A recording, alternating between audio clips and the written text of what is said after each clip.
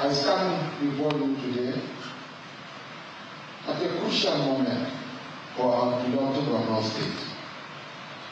Over the years, we have faced numerous challenges, from insurgency to economic hardships.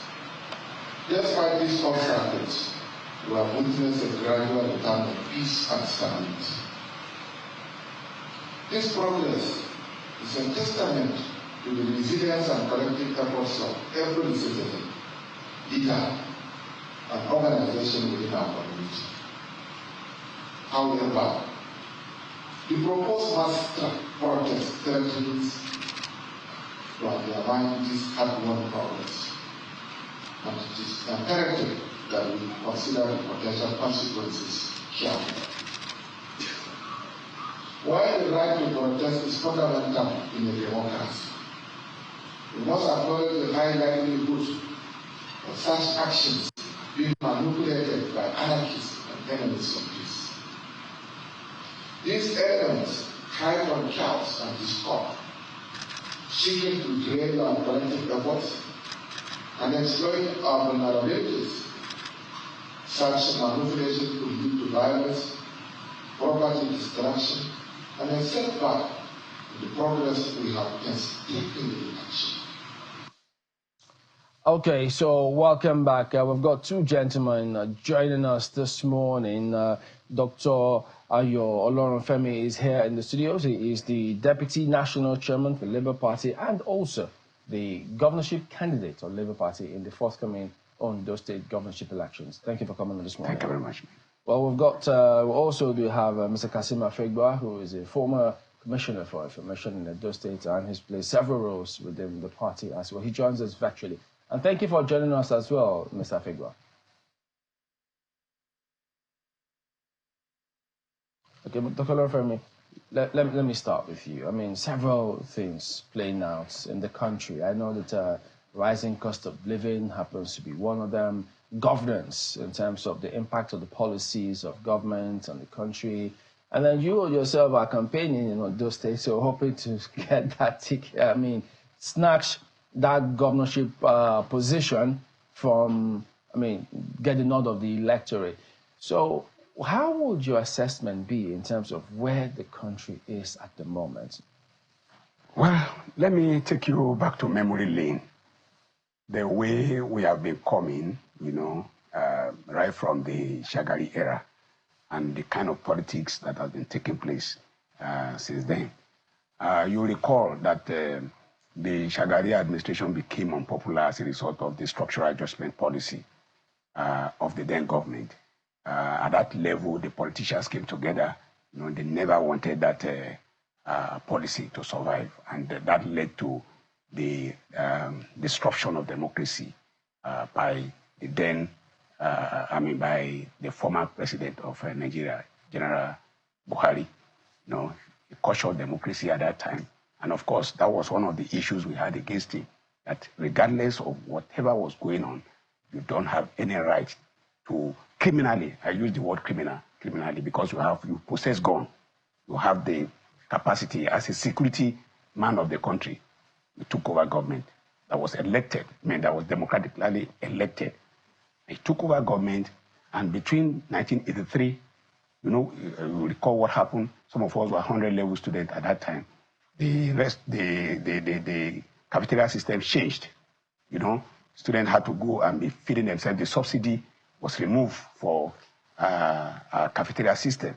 And of course, you have to fend for yourself. We demonstrated that time.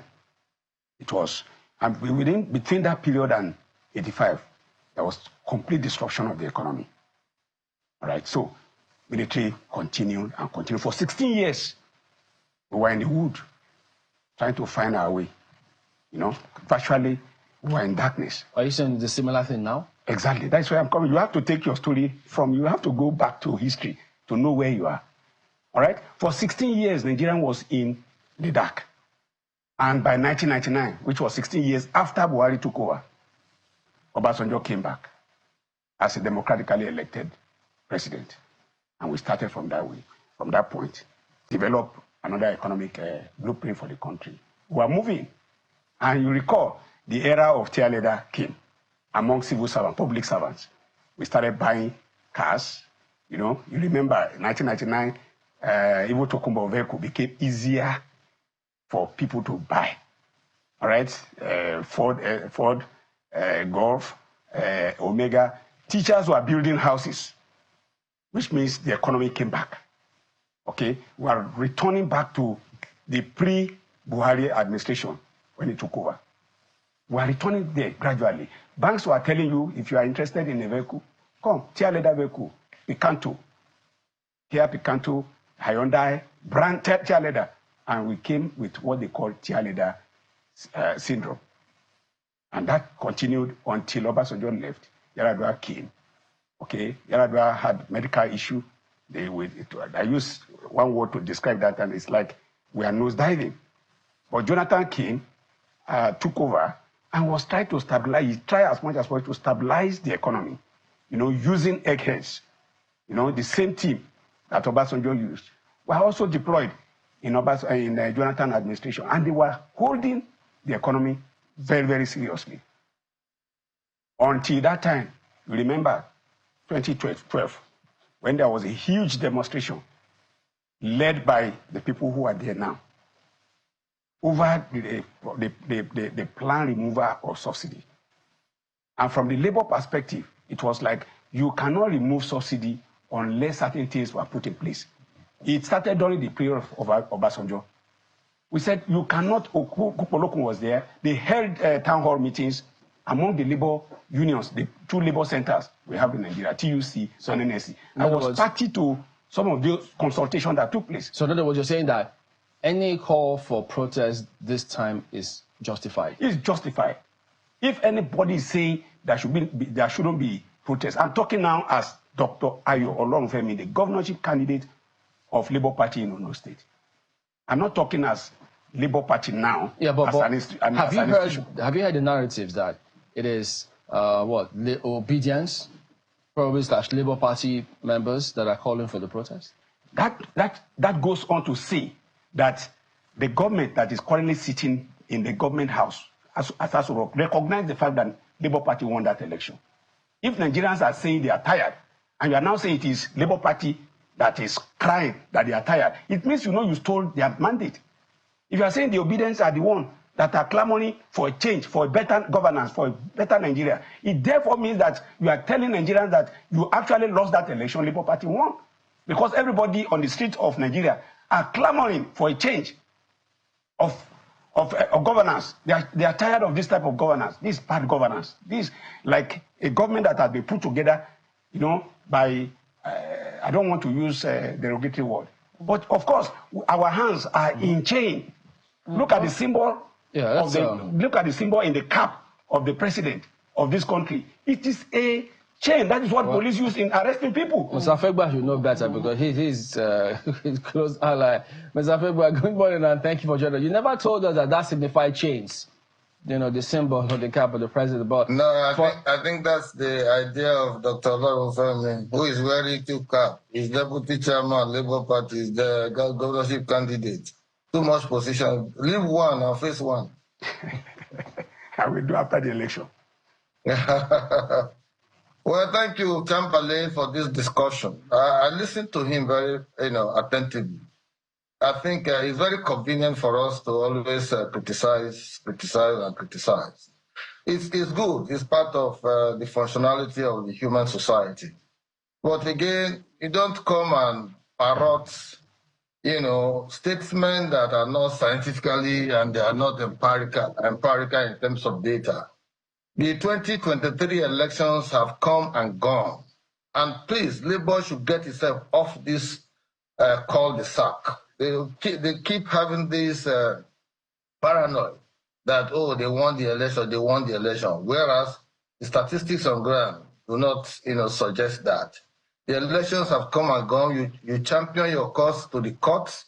You fought.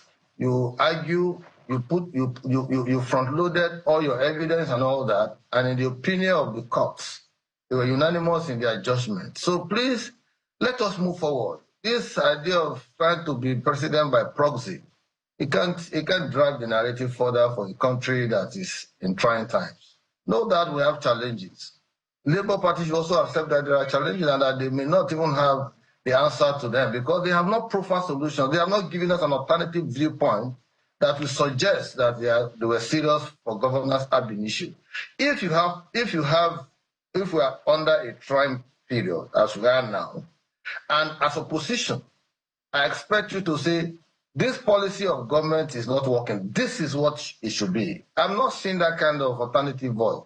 They should form a shadow cabinet kind of, arrangement where they will be speaking to some of these issues, economics, health, education, and all that. But every time you keep coming and rehearsing the same weather-beating rhetoric of winning election. Which election did you win? Where did you win that election? What are the statistics? So please let us put that aside. Let us face the bigger picture of how to deepen conversation around governance, how to move the country forward. The president is one that listens, is one that dialogues, is one that also engages in conversation. And so he has been meeting people, he has been reaching out to groups and all that. Sit down, articulate positions, and suggest to Nigerians what you think you can do better if you feel that a particular policy is not working well. And for people thinking that it is protest that will yield the soft ground for policy implementation, I think they'll be missing the point. Because you are protesting to a government that's already aware that there are challenges. Each time the president talks, he even tells you, don't sympathize with me. I asked for this job. I know that there are challenges, but we are working. All I need from you is patience. How else do you want him to? So when you now protest, you now destroy houses, you destroy property of people and all that. Then tomorrow, government will still spend money to be fixing those property and all that. Then you tell me that there's no money. So I don't want the Labour Party to be behaving like Governor Obaseki in Edo, who will demolish government buildings because he doesn't like the face of the deputy governor. And tomorrow he will spend the same government money to fix. He destroyed the assembly, the state assembly quarter. He still used people's money to fix. Money that you could have used to, advance, further narrative on some other areas of governance. They won't do that. So when people are in government, if you have a listening government, a government that listens, it's better because democracy is all about constructive engagement, collective bargaining. It's all about interaction. It's all about finding solutions to problems. No one government will have provide solutions to everything. But when you have a sensitized, conscientized, and heavily mobilized electorate and the citizenry, they are able to generate ideas. And no government, is run through the public opinion, through mob. You carry mob. You say you want to. That's the way to govern. No. If Peter Obi, who is the epitome of the labor movement of the Labour Party, so to speak, and you yourself, who you are running for governorship, generate ideas that you think will be different from what the man who is there now in those states, what he's doing that you don't like, generate ideas that will also counter him. And those ideas, let them be achievable, let them be actionable. Not just sitting down and criticizing the Labour won election. Which election did Labour win? Mr. Afegbua, you have said that you have said quite a number of things, and it's interesting that you found a way to bring in current Edo politics into this conversation. But let me take you, you have also said that the president acknowledges the fact that, things are difficult, and at every speech opportunity he gets, he always highlights that. However, I think for a number of people, the question is about the actions that he takes or the people around him takes, and there has been no attempt to debunk some of these things. Give you an instance. Conversation around a brand new plane for the president. We understand that the conversation that came from the House of Representatives wasn't just a suggestion.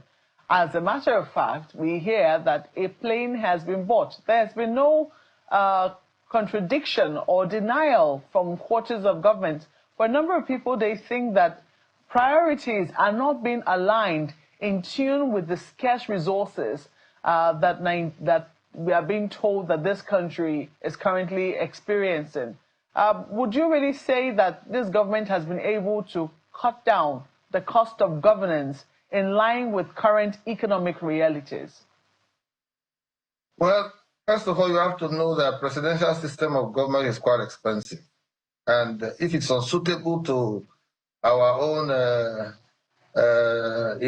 disparities and our configurations, political configurations across the country, then we'll sit back and carry out a conversation, because it's in presidential system of government. You have a senator, you have a PA will have another PA will have another SA, and all that. You see the long list of all of that, because we have narrowed down politics to bread and butter. And this is a collective responsibility on our own part. And you don't have to blame the government for it. We inherited the presidential system of government that is quite expensive. Talking about the presidential plane or whatever, I'm not aware that there's a new presidential plane yet. I traveled from the airport 4 days ago, and I didn't see any new plane. I was curious. I was asking the airport operators, where is the presidential new plane that they say they have bought? I haven't seen one. At any rate, if we have 10, 11 planes on our fleet, I would suggest and I would recommend that that be pruned down. If they are worthy to be sold, some of them should be sold. But you can't have a country like Nigeria, the largest in Africa, the largest black nation in the world, not having a presidential plane for the president. And so you might say priorities, but there are certain things you have to do, not to be narrow down government or governance or the leadership of the country, so to speak. That is one. Two, our mentality as a country, as Nigerians, is also another factor that has to be looked into, because that's why every time I have opportunity to speak, I'll always tell you that there is the need for deliberate and conscious attitudinal reorientation of minds, because expectations from government are always very high, and when government is unable to meet up those expectations in record time, you see people get worked up. It's natural. But even in our own individual operations and engagements and undertakings, we fall short of the conditionalities that we blame government for.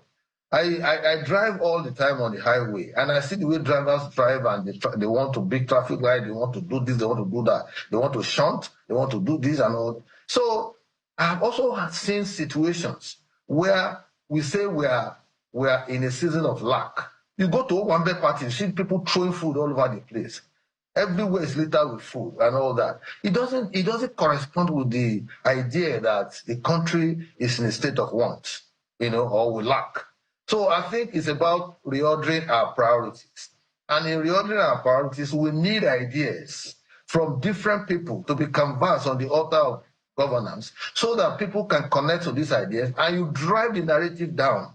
So the National Orientation Agency, for example, is trying to do, few things now, come up with kind of value addition, kind of programs that to help people to readdress their minds or reorientate their minds to expectations from government and what they can do differently to also help government. If those who are calling for this strike, if they protest, if they carry on the protest, for example, and they are unable to manage the mob, what happens at the end of the day? I don't think we have gotten over the NSAS protest in Lagos and the destruction that attended that particular NSAS protest. But again, as a democracy, you can say protest is part of the agitations and, to take government on. But the same government is a listening one, is hearing the cries of the people. And each time they come up to give you explanation.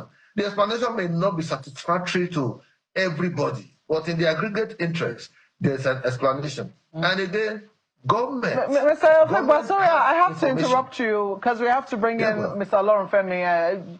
You have heard quite a number of things that he said. He says, yes, protest is within the right of the people, but however, their fears. I mean, we don't seem to have gotten over what happened with NSAS and, the aftermath of what transpired when, protesters were attacked. The reverberations were felt all over the country, even in the states where protests did not happen, looting happened. And I think that there is still a palpable fear of such a thing repeating itself, protests getting out of hand. To your mind, what purpose would you say that, because we know the problems we're in, and we know that the solutions will most likely be long-term. What immediate purpose would you say that the protest, if it were to go on, would be meant to achieve? Okay, thank you very much. First and foremost, the NSAS protest you talk about, if you are going to blame anybody, blame the government for the outcome of that protest. They lack the competence to manage conflict. You know, when you see people protesting and you mobilize thugs to infiltrate them or to attack them, what are you calling for? So you blame the government under Buhari that time. It's the same APC. That is adversarial approach to conflict management. And that is what APC is used to. And that is why they are also complaining about this protest. People say they want to engage in peaceful protest. They protested in Lagos in 2012. The entire Lagos was closed. Nobody was killed. Nobody obstructed them. The government of that time did all it could to convince the people who are protesting until NSC and TUC decided to pull out and say, look, we are seeing reason. Allow people to vent their anger because they have every reason to vent. That's how you remember it. Yeah. I remember that, you know, soldiers and policemen came to the streets and at some point they knew that protest was over. Yeah. You know, I remember that. So I think it's a matter of how you remember then things. Nobody was killed. No record of people being killed. No record of arrest made to the extent that some people who were arrested during the NSAS are just being released just a few weeks ago. Of course. So that is another way of managing conflict. We know, and people know at that time that the Tinubu of this world at that time sponsored the protest. So, but I think probably the narrative is... However, yeah, you know, so if you're to protest, right, if they come out and protest, what is it that they will be asking for? Because part of his point is that what are they asking for that the government say we haven't recognized that we are doing it already? That would be the point. First and foremost, we need to clear something here. I'm not one of those organizing the protest. The Labour Party is not organizing a protest. Peter Obi is not organizing a protest. But from the public opinion, the same way you are hearing is the same way I'm hearing. But I can assure you, if the protests break out today, I will support it. I will join them. But I don't know who the organizers are. What would you be asking for if you're... Of course, he asked a question. I mean, he posed a challenge to us that if we were to be in government as Labour Party, what will we be doing? First and foremost, he said, oh, we should not claim that we won the election. Why are you claiming that Labour Party is behind this popular protest? If you claim that we didn't win that election, so why are you disturbing us? At every little public provocation and people are angry, you say it's Labour Party. It therefore means that the Nigerian people are behind the Labour Party and they truly voted for them. Forget about what the court said. So I want to clear that. So if Nigerians, and in fact APC in particular, is saying that obedience are behind this Labour Party, they are the one organizing this protest and whatever, they are the one behind it. It therefore means Nigerians actually voted for Labour Party. That's the point I am trying to make here. And so they should stop, if they know they truly won the election, they should stop ascribing every protest, every action of the public that is against their government. They should stop ascribing it to Labour Party and our presidential candidate. 6 million voters, it's no joke. It's not joke. It's not joke. It's not joke. I know it's not joke. But okay, the person that won the election, what is his score? What's his score? So look at it. In a true democracy, should that be the result? Okay, so now going to the alternative plan we have, if we were the one in government, first and foremost, you don't announce removal of subsidy there at the point of swearing-in ceremony. When you have not sat down, look at the issue, you know, put all of these things, articulate the problem, look at the consequences that may come as a result of your decision and all of that before, and get some consultation made. You didn't do that, you just announce it. So what should they be doing now? So for us, we believe that he talked about value reorientation. The government itself should first go and do reorientation. You know, they should go first and foremost from the Aso Villa. You don't have to block traffic when you are traveling. You don't have to disobey traffic rules. Any government official with their convoy will break traffic rules. And people watching them, what do you expect them to do? It's talking about our traffic system.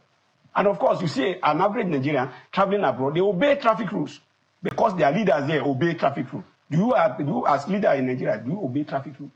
In fact, those of us who will get to the traffic point and stop, you will see people, accusing of stopping. So which economic policy would you like to see government take to ensure that they reduce the inflation rate, and the rising cost of living? Number one, I will say the system of economy that we should implement is the economy of sincerity and truth. Why is it that your refinery never work, or it's not working, or you have made it not to work? We have Petrogas in Brazil. It's working and it's owned by government of Brazil. That is the government of Labour Party. Are you getting what I'm saying? So there's no reason why our refinery should not be working. If Dangote, an individual, can start a refinery of that magnitude, I don't know what government is looking at. So, Mr. Afegbua, you asked for a policy. He's giving you one. And secondly, I'm not finished. No, just before, go. Please. Let him give you the second one, so you got just respond to both of them. Could you read the second one? Yeah, the second policy. Okay, all right. So, modular refinery. I'm still talking about oil.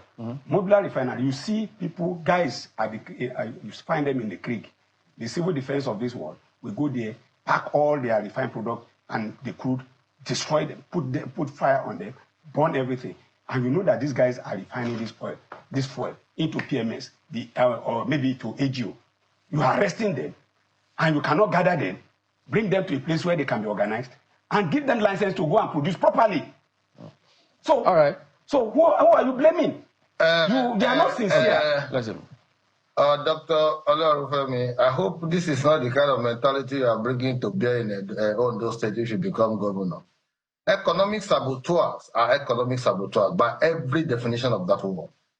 People who are economic predictors and buccaneers will naturally want to frustrate government, intentions in fixing certain things right. Talking about the refineries in Nigeria, it is my wish and the prayers of quite a number of us Nigerians to see Nigerian refineries work. But even as we speak, despite the effort being put to it, you still hear people throwing spanner in the works. So, which brings us back to the issue of our orientation. What are the expectations from government? What is also our own responsibility, to ensure that we protect government facilities, to protect government engagements and what have you. It is not just about sitting there. On the one hand, you said Labour, APC does not know how to manage crowd. And they don't listen. On the other hand, you said they organized a protest in 2012, under ACN and all the other members of the opposition, and it was very peaceful and nobody was killed, nobody was shot. Which one should I believe you? So what I am saying, and let us be very patriotic about this. Mr. Afegbua, could you add this to your response? When he spoke about the refineries, we've seen the back and forth going on now between Dangote Refinery and the NNDPRA. The president is the Minister of Petroleum. Shouldn't he be saying or calling them to order? You see, at times, I will answer this question very, very quickly, but let me respond to the point he made about the subsidy removal, that if it was Labour, that they will sit down, consult, do this, do that. That's a matter of choice. Don't blame the president who was elected in March, who had series of engagement with the outgoing president, who have been briefed by all the security agencies before he took over government, before taking the decision. Don't forget that even the budget that was presented by the outgoing president did not capture subsidy. So the subsidy in a way had been removed, but just to make the official pronouncement was what the current president did. And having taken that decision, those who were profiting from subsidy, the civil servants who were in Petroleum Equalization Fund, who will generate memos without anything being imported or being distributed, will naturally not sit back because they have too much money on their hands. So subsidy scammers will also visit their own anger, visit their own sabotage in the system. So all of this, you have to contend with them as a government. I'm not saying that government should not play the victim role, but again, as a people, we must have an overriding interest to help the country to grow, not to destroy it for our own individual, crass, materialistic intentions. That's the point I'm driving. Now, talking about the refinery, why they are not this thing. We have been We have been told recently by the NNPCL that by December, the Port Harcourt refinery will work. And he gave explanation as to the reason why there have been delays. Because they have people themselves, they set targets or when they will fit where it will run, and it is not being they are not being met. For obvious reasons, there are internal saboteurs. And when you talk about modular refinery are organized business engagement, not the same way as the ones that civil defense are catching in the forest when they are using drone to hit crude and generate one. You can't even vouch for that one quality. That's not how to run a country. And that is why bunkering has become such a serious issue that we are contending with. We are generating 1.2 million barrels per day instead of 2.1 million thereabout. And all of this is on the high sea. Who are the people operating it? The president is not on the high sea. But when you give responsibility to people, when they are not delivering, of course, the president will take the blame. That's why I say every time, don't worry, I'm aware of what's happening, don't sympathize with me. At some point, we will get it right.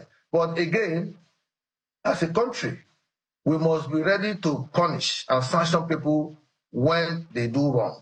For me, I'm a supporter of the Dangote refinery, for example. Mr. Afegbua, just 1 second, if you can hear me. My sincere apologies for butting in. There's a question Chamberlain asked about the president being the petroleum minister. You haven't really spoken to that.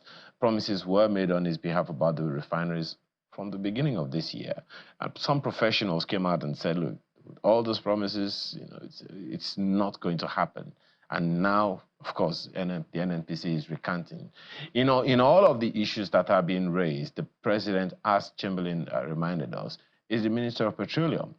And the buck stops at his table. So can we make any excuses for him? I think for me, that is ceremonial. Because the responsibility of governing Nigeria is quite huge. And so you don't expect the president to be operating as a true minister of petroleum in a way that he will be checking files and what have you. Don't forget that NNPCL is now a limited liability company. If I understand that one in line with the Petroleum Industry Act, it means that the government has divested, only holding a certain percentage of it. And so if the president is a minister of petroleum, for me, I see that as ceremonial, just to be able to... Anyway, there are conversations around that one, Mr. Afegbua, but let me ask Dr. Olorunfemi, and you will respond to the same question, Mr. Afegbua, because I know you are in the space. I want to speak about communication, Dr. Olorunfemi. How satisfied are you about the general communication of governments, be it at the federal or state levels? Because most of the time we focus so much on the federal government that we ignore the fact that state governments also have responsibilities in the governance of Nigeria. So how satisfied are you about the communication between the government at the various levels and the people, as well as even the communication between the federal and state governments to the betterment or benefits of the people? Well, if you agree with me, I will rather say that we don't have effective communication in Nigeria. What we have mostly is propaganda. And when the question was asked, what system of economy will I choose or will I want to adopt? And I said, the economy system of sincerity, of purpose, regardless of whether it is capitalist, socialist, or whatever. Sincerity of purpose. When you are sincere, then you cannot talk about a system, a program that you are going to put in place. And of course, when you have this system put in place, then every other thing that surrounds it will go along the line of that objective sincerity, that is colored with sincerity. So your communication will be sincere. Your actions will be sincere. And nobody will read unnecessary meanings to your communication. So as it is now, it's like everybody is just to his own tent. Okay. And you see what drives Governor A is different from what drives Governor B. And of course, when you deploy a huge amount of money to win an election, you expect that it has become a business venture. You want to recoup your money and make some profit, save some other one for the next election. Of course, if we continue like this, as a people, then we have no destination. Well, are you saying then, just a second, on that same, just a second, Dr. Olorunfemi, are you saying then, I mean, if you say that we don't really have communication in Nigeria, we have propaganda, is that what the Labour Party, your party and yourself, is that what you're also using and not communicating with the people? We are not in government. If you want to see Labour Party in government, go to Abia State and see their communication system. So when you ask the question as to whether the government in Nigeria, both state government, and I have that answer for you, because that is exactly what is going on. For us in Labour Party, we have our own communication system, and whether it is conflict management or it is simple administration, we have a scientific communication system. Okay, I just wanted to be sure, Dr. Olorunfemi, I just wanted to be sure that, I mean, because when you said what we have in Nigeria is communication, is propaganda, I just wanted to be sure that what you're speaking to is different. Oh, no, it's the government. When I say Nigeria, I'm referring to the government. Okay, well, Mr. Afegbua, the challenge of communication, effective communication, is something, right?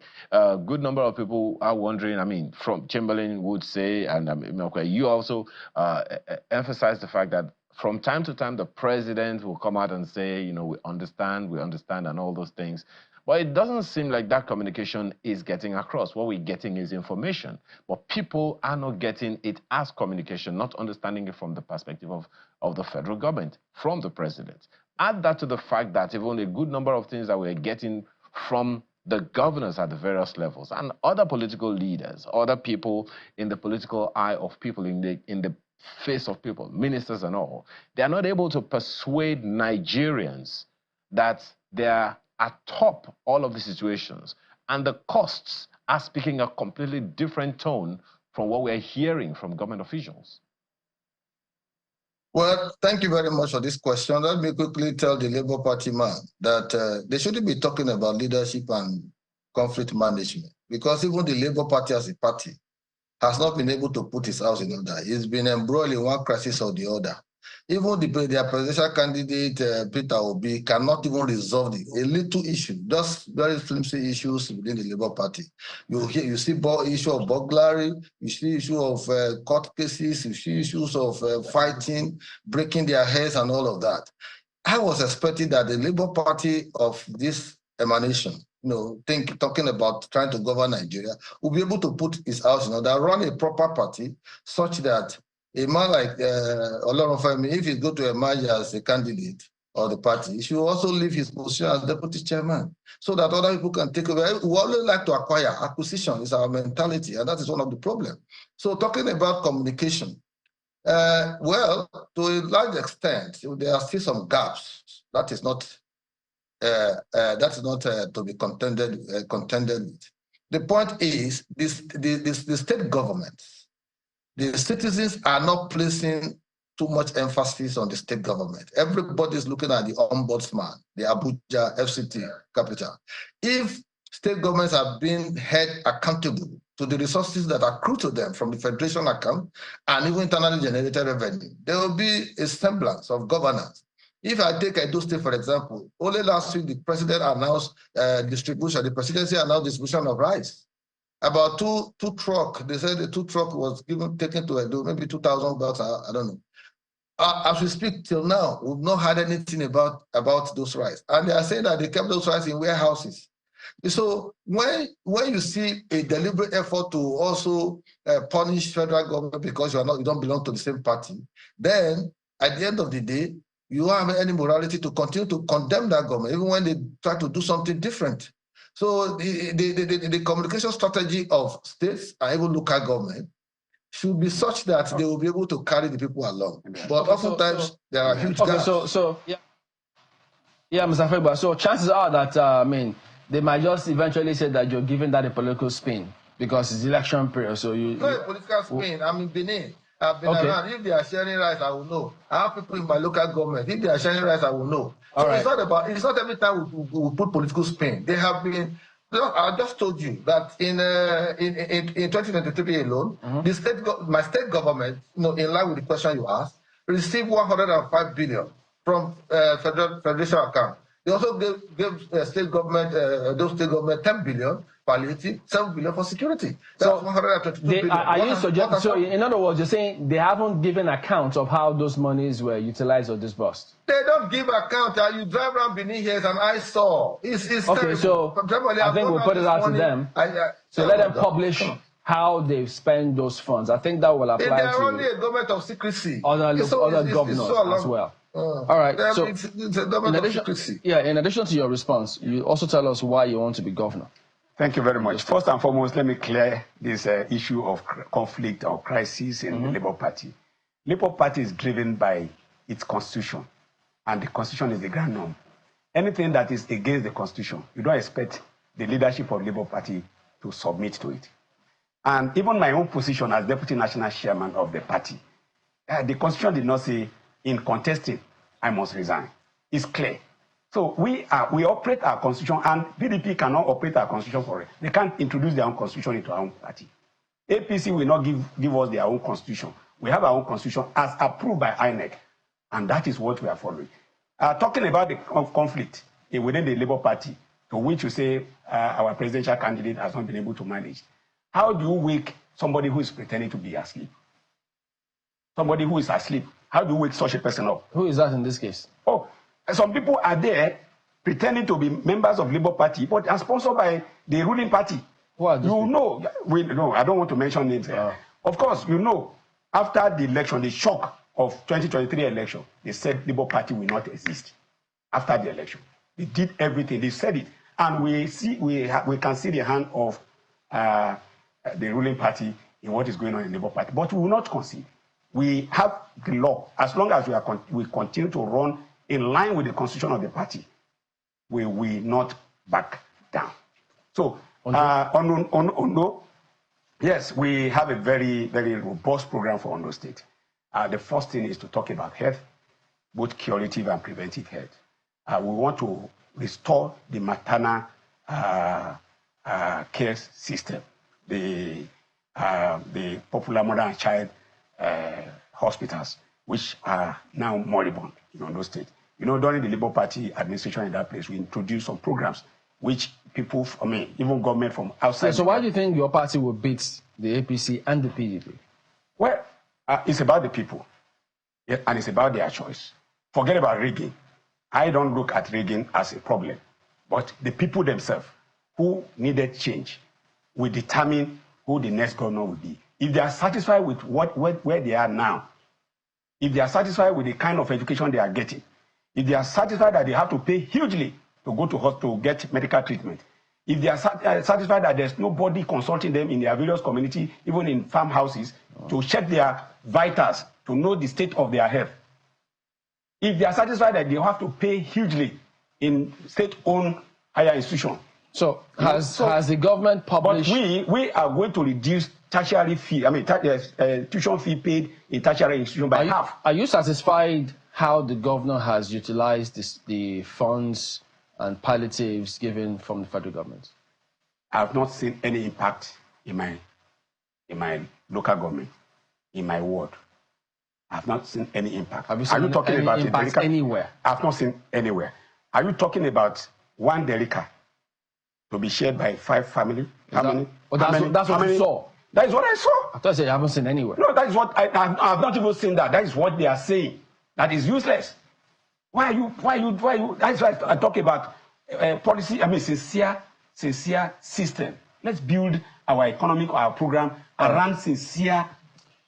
All right, want to thank both of you for coming on. Dr. Ayo Olorunfemi, Deputy National Chairman, Labour Party, and also governorship candidate of Labour Party for the forthcoming Ondo governorship elections. Mr. Kasim Afegbua, also former commissioner for Edo State. Thank you for your time as well today on the program. Thank you very much, Chamberlain. Tell that man not to promise what he can't deliver. We will deliver. We are sure. I have done it before. Comes up next. I have done it before. I'm doing it now in my College of Education is tuition free. Were you a governor before? At my College of Education is tuition free.